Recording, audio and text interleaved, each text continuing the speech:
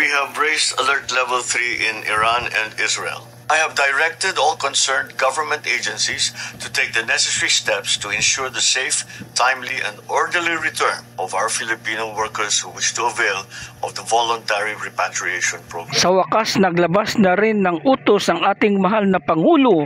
Malinaw yun, voluntary lang, hindi mandatory. Alert Level 3. Sa Israel at Iran lang. Ang problema, ang mga airport. Secretary Hans Katdak is in Amman, Jordan, and is scheduled to receive the first batch of 26 repatriates from Israel at the King Hussein crossing. In Israel, we have already provided food packs and financial help to our kababayans. Many are staying in our migrant workers' office hostel, with more space ready should it be needed. We are processing over 200 requests for repatriation, and we are moving quickly to bring them home, while others have opted to remain at work. We continue to monitor our OFW caregiver, who remains in hospital, stable but still on oxygen support and a ventilator. We are in touch with her family and are making sure she gets the care that she needs. In Iran, our embassy is preparing for the repatriation of an initial batch of 8 Filipinos in the coming days.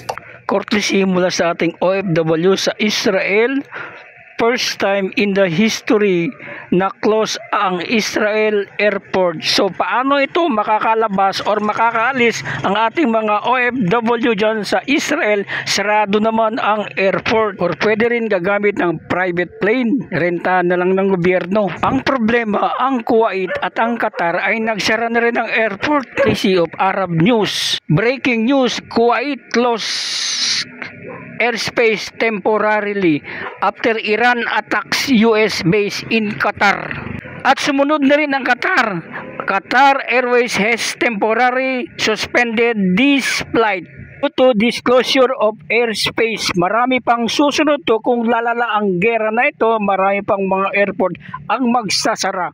Paano na lang ang ating mga mahal natin OFW sa gitnang silangan? Una kasi umatake ang Israel, kaya gumanti rin ang Iran sa Israel. Ngayon kasama na rin ang Yemen, Amerika. Delikado na ito, at ang latest, binomba ng Iran ang airbase ng Amerika sa may Qatar, kung saan marami tayong OFW sa may Saudi Arabia.